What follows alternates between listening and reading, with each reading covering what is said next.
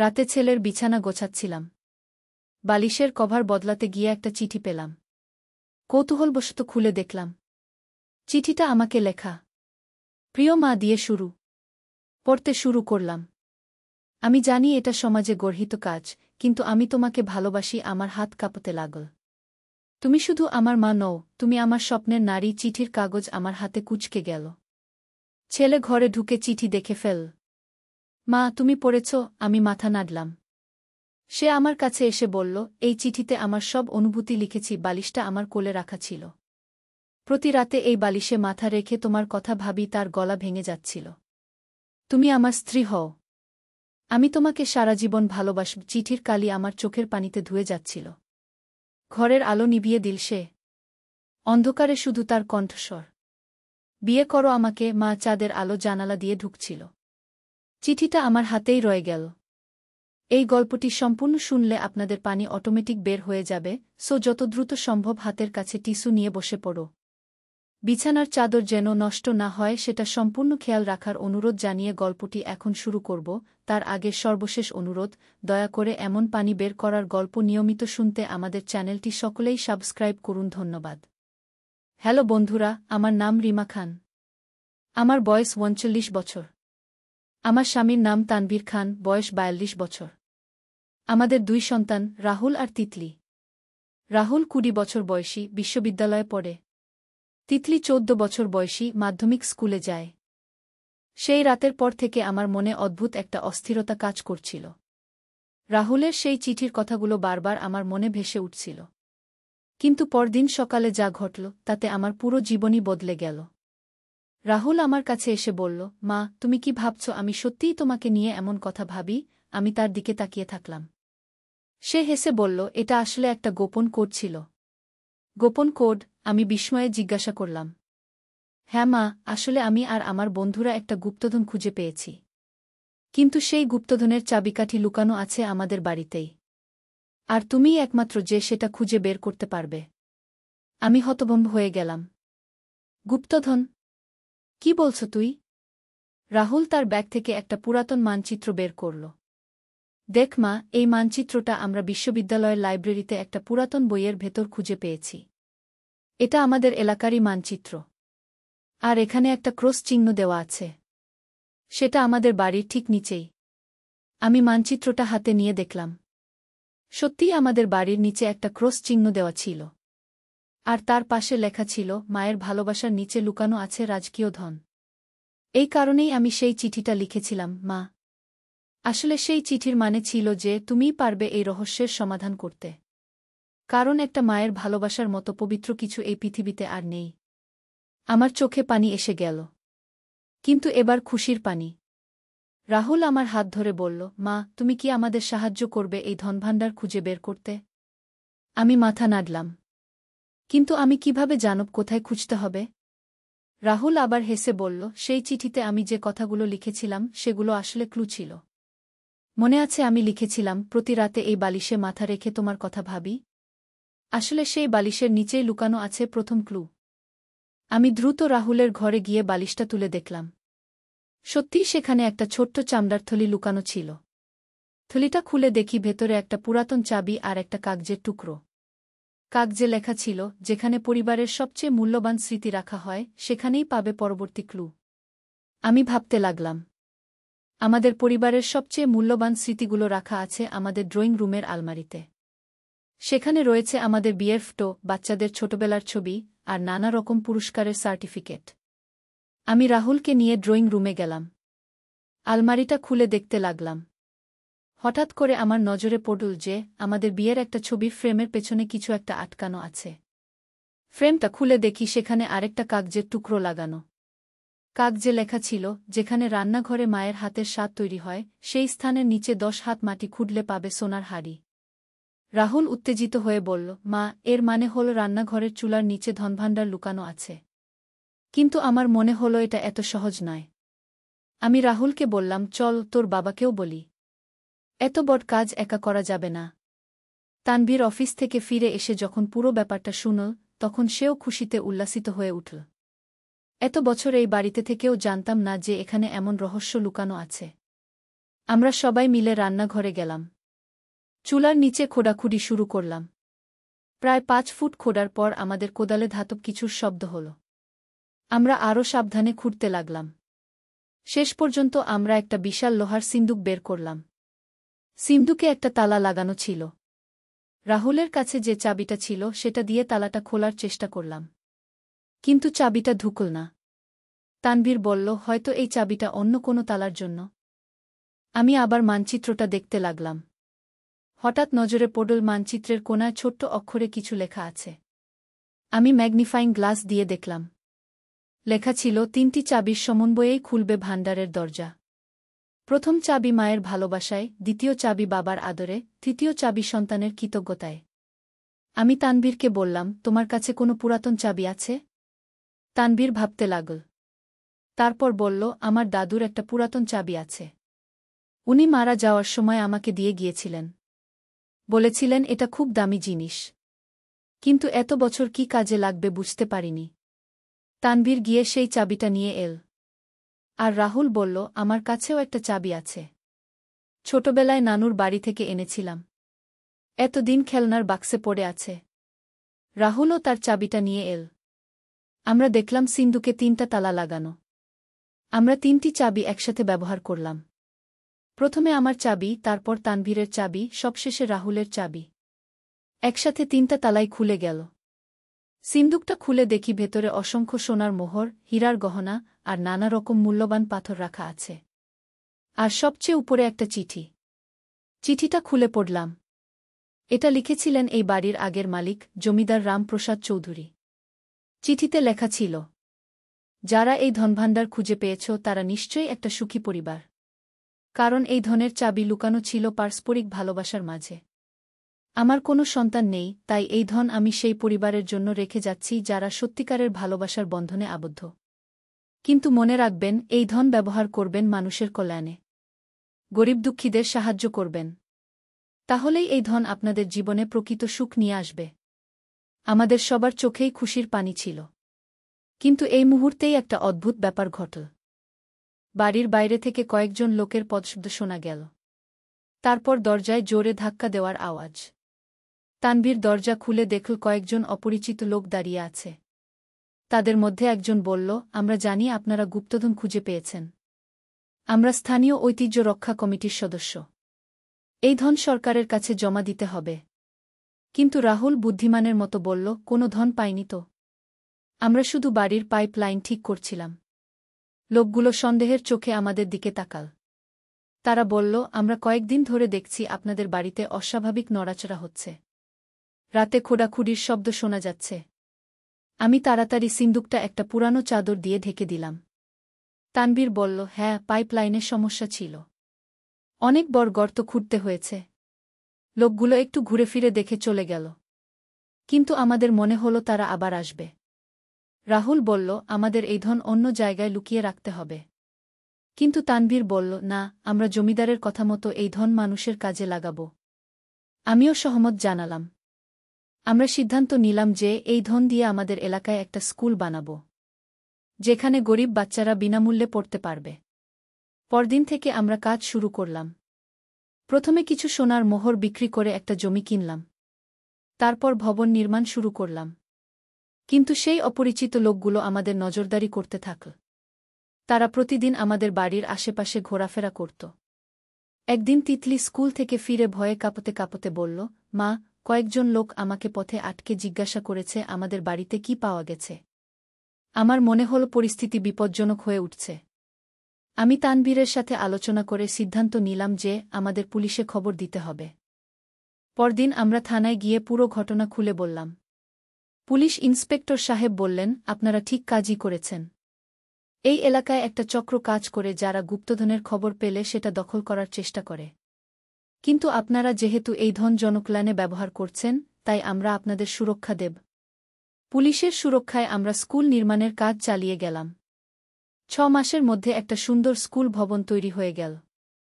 স্কুলের উদ্বোধনের দিন পুরো এলাকার মানুষ এসেছিল। সেই দিন আমি বুঝতে পারলাম যে প্রকৃত ধন সোনারূপা নয়, বরং মানুষের মুখের হাসি। স্কুল চালু হওয়ার পর আমরা বাকি ধন দিয়ে একটা হাসপাতালও তৈরি করলাম। সেখানে গরিব মানুষ বিনামূল্যে চিকিৎসা পেত।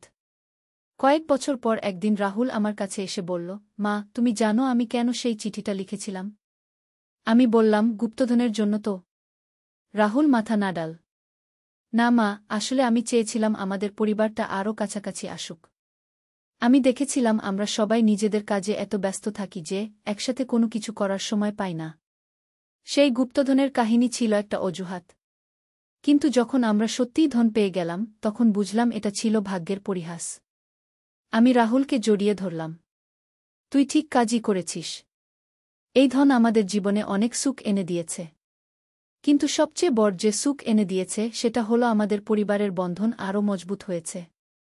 আজ ৫ বছর পেরিয়ে গেছে। আমাদের স্কুলে এখন ২ বাচ্চা পড়ে। হাসপাতালে প্রতিদিন শতাধিক রোগী আসে। আর আমাদের পরিবার এখনও সুখে শান্তিতে আছে। তিতলি এখন ১৮ বছর বয়সে পদার্পণ করেছে। সেও চিকিৎসক হওয়ার স্বপ্ন দেখে যাতে আমাদের হাসপাতালে কাজ করতে পারে। রাহুল ইঞ্জিনিয়ারিং পাশ করে এখন সরকারি চাকরি করে। সে বলেছে তার বেতনের একটা অংশ সে আমাদের স্কুল হাসপাতালের জন্য দান করবে। তানভীর এখনও আগের মতোই কাজকর্ম করে যাচ্ছে। কিন্তু তার মুখে এখন আগের চেয়ে অনেক বেশি হাসি দেখা যায়। আর আমি এখন আমাদের স্কুলে বাচ্চাদের গল্প শোনাই। বাচ্চারা খুব মজা পায় যখন আমি তাদের বলি কিভাবে আমরা গুপ্তধন খুঁজে পেয়েছিলাম। কিন্তু প্রকৃত সত্যটা আমি শুধু পরিবারের সদস্যদের বলেছি। আর সেটা হলো যে পরিবারের সত্যিকারের ভালোবাসা আছে সেই পরিবারই সবচেয়ে বড় ধনভাণ্ডার। সেই রাতে যখন আমি রাহুলের চিঠিটা প্রথম পড়েছিলাম তখন আমি ভাবিনি যে এটা আমাদের জীবনে এত বড় পরিবর্তন আনবে। কিন্তু এখন আমি বুঝতে পারি যে সত্যিকারের অ্যাডভেঞ্চার হয় তখনই যখন পরিবারের সবাই একসাথে থাকে। আর সবচেয়ে বড় রহস্য হল ভালোবাসার শক্তি। যে শক্তি দিয়ে যে কোনো সমস্যার সমাধান করা যায়। কিছুদিন আগে একটা মজার ঘটনা ঘটেছিল। আমাদের স্কুলে একটা বাচ্চা এসেছিল যার নাম ছিল সোহান। সে খুব গরিব পরিবারের ছেলে। তার বাবা রিকশা চালায়, মা কাজের মেয়ে। সোহান প্রথম দিন ক্লাসে এসে কান্নায় ভেঙে পড়েছিল। আমি তাকে জিজ্ঞাসা করলাম কি হয়েছে। সে বলল, আন্টি, আমি পড়তে জানি না। আমার কোনো বই নেই। আমি এখানে পড়তে পারব না। আমি তাকে বললাম, চিন্তার কিছু নেই। এখানে সব কিছু ফ্রি। আর পড়া না জানলে তো স্কুলেই আসতে হয়। পড়া জানলে তো আর স্কুলে আসার দরকার নেই। সোহান হেসে উঠল। তারপর থেকে সে খুব মন দিয়ে পড়াশোনা করতে লাগল। ১ বছরেই সে ক্লাসের সেরা ছাত্র হয়ে গেল। একদিন সোহানের বাবা আমার কাছে এসে কান্নায় ভেঙে পড়ে বলল, আপা, আপনারা আমার ছেলের জীবন বদলে দিয়েছেন। সে এখন বলে যে বড় হয়ে ডাক্তার হবে। এই ধরনের অনেক ঘটনা আমাদের জীবনে ঘটেছে। আর প্রতিটা ঘটনাই আমাদের মনে করিয়ে দেয় যে আমরা সঠিক কাজটাই করেছি। কিন্তু এর মাঝে আরেকটা রোমাঞ্চকর ঘটনা ঘটল। একদিন আমাদের স্কুলের পেছনে খেলার মাঠ তৈরি করার সময় শ্রমিকরা আরেকটা পুরাতন সিন্দুক খুঁজে পেল। এই সিন্দুকটা ছিল আগেরটার চেয়েও পুরাতন। এর গায়ে খোদাই করা ছিল নানা রকম চিত্র। আমরা খুব সাবধানে সিন্দুকটা খুললাম। ভেতরে এবার সোনারূপার বদলে ছিল অনেক পুরাতন বই আর পাণ্ডুলিপি। এগুলো ছিল ইতিহাস আর বিজ্ঞানের বই। কয়েকটা বই ছিল এমন ভাষায় যা আমরা পড়তে পারলাম না। রাহুল এই বইগুলো বিশ্ববিদ্যালয়ের অধ্যাপকদের দেখাল। অধ্যাপকরা বললেন এগুলো অত্যন্ত দুর্লভ এবং ঐতিহাসিকভাবে খুবই গুরুত্বপূর্ণ। আমরা সিদ্ধান্ত নিলাম এই বইগুলো দিয়ে আমাদের স্কুলে একটা লাইব্রেরি তৈরি করব। বইগুলোর কয়েকটা অনুবাদ করিয়ে নিয়ে স্কুলের বাচ্চাদের পড়ার জন্য রাখব। এই লাইব্রেরির খবর চারদিকে ছড়িয়ে পড়ল। অনেক পণ্ডিত আর গবেষক আমাদের স্কুলে এসে এই বইগুলো দেখে গেলেন। তারা বললেন এই বইগুলো থেকে অনেক হারিয়ে যাওয়া ইতিহাস উদ্ধার করা সম্ভব। কিছুদিন পর সরকারের পুরাতত্ত্ব বিভাগের একজন কর্মকর্তা এলেন। তিনি বললেন, আপনাদের এলাকাটা একটা প্রাচীন সভ্যতার কেন্দ্র ছিল। এই বইগুলো সেই সভ্যতারই নিদর্শন। আমরা চাই আপনারা এই জায়গাটাকে একটা জাদুঘর হিসেবে গড়ে তুলুন। সরকার আপনাদের সব ধরনের সহায়তা দেবে। আমাদের পরিবারে আবার আলোচনা হল। আমরা সিদ্ধান্ত নিলাম যে জাদুঘরটা তৈরি করব, কিন্তু সেটাও হবে বিনামূল্যে। সাধারণ মানুষ যাতে এসে দেখতে পারে। আজ আমাদের এলাকায় একটা স্কুল, একটা হাসপাতাল, একটা লাইব্রেরি আর একটা জাদুঘর আছে। সবকিছুই সাধারণ মানুষের জন্য উন্মুক্ত। কিন্তু এই সাফল্যের পেছনে রয়েছে আমাদের পরিবারের ঐক্য। রাহুল যদি সেই রাতে সেই চিঠিটা না লিখত তাহলে হয়তো আমরা কখনোই এত বড় কিছু করতে পারতাম না। এখন যখন আমি রাতে বিছানায় শুয়ে থাকি, তখন মনে হয় সবকিছুই একটা স্বপ্নের মতো। কিন্তু যখন সকালে উঠে দেখি আমাদের স্কুলের বাচ্চারা হাসতে হাসতে ক্লাসে যাচ্ছে, তখন বুঝি এটা স্বপ্ন নয়, বাস্তব। গত সপ্তাহে একটা টেলিভিশন চ্যানেল আমাদের সাক্ষাৎকার নিতে এসেছিল। তারা জানতে চেয়েছিল কিভাবে আমরা এত কিছু করতে পারলাম। আমি তাদের বলেছিলাম, আসলে কোনো জাদু নেই। শুধু পরিবারের সবাই মিলে একসাথে কাজ করলে অনেক বড় কিছু করা সম্ভব। রিপোর্টারটি জিজ্ঞাসা করেছিল, আপনাদের ভবিষ্যৎ পরিকল্পনা কি? তানভীর বলেছিল, আমরা চাই আমাদের এলাকার সব বাচ্চা শিক্ষিত হোক। কেউ যেন অশিক্ষিত থেকে না যায়। রাহুল বলেছিল, আমি চাই আমাদের হাসপাতালে আরও ভালো চিকিৎসার ব্যবস্থা হোক, যাতে মানুষকে বড় শহরে যেতে না হয়। তিতলি বলেছিল, আমি বড় হয়ে এই হাসপাতালেই কাজ করব। আমাদের এলাকার মানুষের সেবা করব। আর আমি বলেছিলাম, আমার স্বপ্ন হল আমাদের এই মডেল দেশের অন্যান্য জায়গায়ও ছড়িয়ে দেওয়া, যাতে সব এলাকার মানুষ এমন সুবিধা পায়। সেই রিপোর্ট প্রচারের পর অনেক জায়গা থেকে মানুষ এসেছে আমাদের কাজকর্ম দেখতে। অনেকেই তাদের এলাকায় এমন কিছু করার জন্য আগ্রহ প্রকাশ করেছে। আমরা তাদের সব রকমের পরামর্শ দিয়েছি। বুঝিয়েছি কিভাবে শুরু করতে হয়, কিভাবে মানুষকে সাথে নিতে হয়। এখন আমাদের মনে হয় যে রাহুলের সেই চিঠিটা একটা বীজের মতো ছিল। সেই বীজ থেকে আজ একটা বিশাল বৃক্ষ হয়েছে, যে বৃক্ষের ছায়ায় অনেক মানুষ আশ্রয় নিচ্ছে। কিন্তু এই গল্পের সবচেয়ে সুন্দর দিকটা হল, আমাদের পরিবারের বন্ধন আরও মজবুত হয়েছে। আমরা এখন প্রতিদিন একসাথে খাই, একসাথে আলোচনা করি। রাহুল এখন আর সেই লাজুক ছেলেটা নেই। সে এখন একজন দায়িত্বশীল যুবক। সে আমাদের সব প্রকল্পে সক্রিয়ভাবে অংশ নেয়। তিতলি এখন স্কুলের অন্যান্য বাচ্চাদের পড়ানোর কাজে সাহায্য করে। সে বলে, মা, আমি দেখেছি পড়ানোর মধ্যে কত আনন্দ। তানভীর এখনও তার চাকরি করে, কিন্তু অফিস থেকে ফিরেই সে আমাদের প্রকল্পের কাজে ব্যস্ত হয়ে পড়ে। সে বলে, এই কাজে যে তৃপ্তি পাই সেটা অন্য কোনো কাজে পাই না। আর আমি এখন সবচেয়ে সুখী একজন মা। কারণ আমার পরিবার শুধু আমাদের 4 জনের মধ্যেই সীমাবদ্ধ নেই। আমাদের পরিবারে এখন পুরো এলাকার মানুষ অন্তর্ভুক্ত। প্রতিদিন কত মানুষ এসে বলে, আপা, আপনারা আমাদের জীবন বদলে দিয়েছেন, এর চেয়ে বড় পুরস্কার আর কি হতে পারে? কিছুদিন আগে একটা ঘটনা ঘটল যা আমাদের আরও অভিভূত করে দিল। আমাদের স্কুলের একটা ছাত্র, যার নাম রবিন, সে জাতীয় পর্যায়ে বিজ্ঞান প্রতিযোগিতায় প্রথম স্থান অধিকার করল। রবিনের বাবা একজন দিনমজুর। মা সবজি বিক্রি করে। কিন্তু রবিনের প্রতিভা দেখে আমরা তাকে বিশেষ যত্ন নিয়েছিলাম।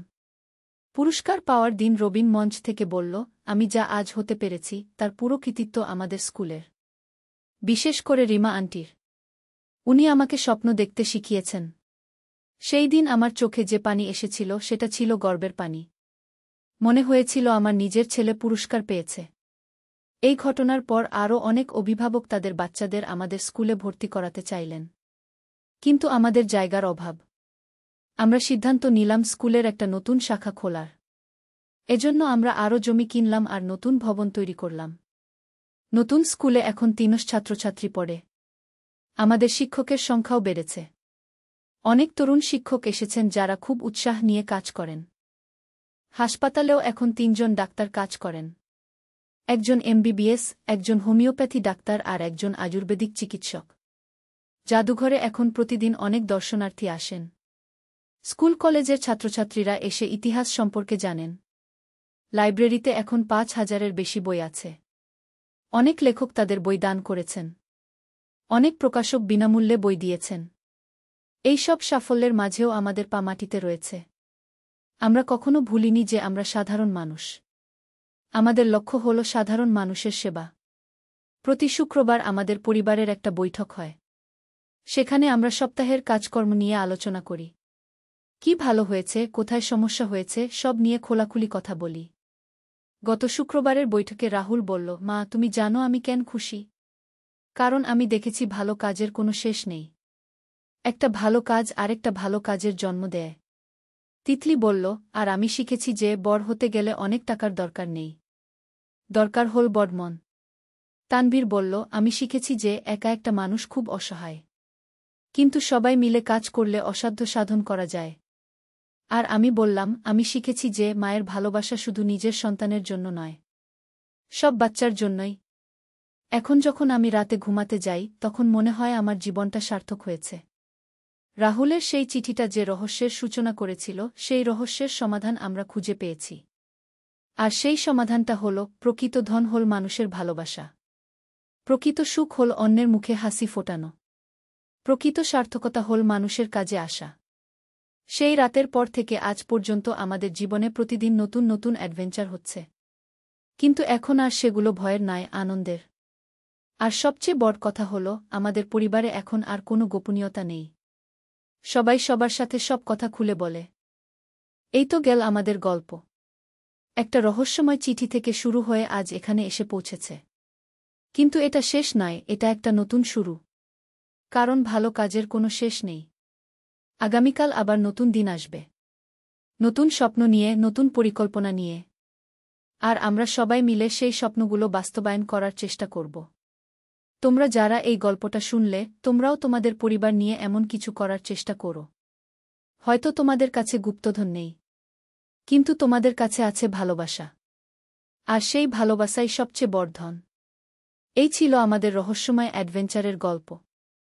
আশা করি তোমাদের ভালো লেগেছে।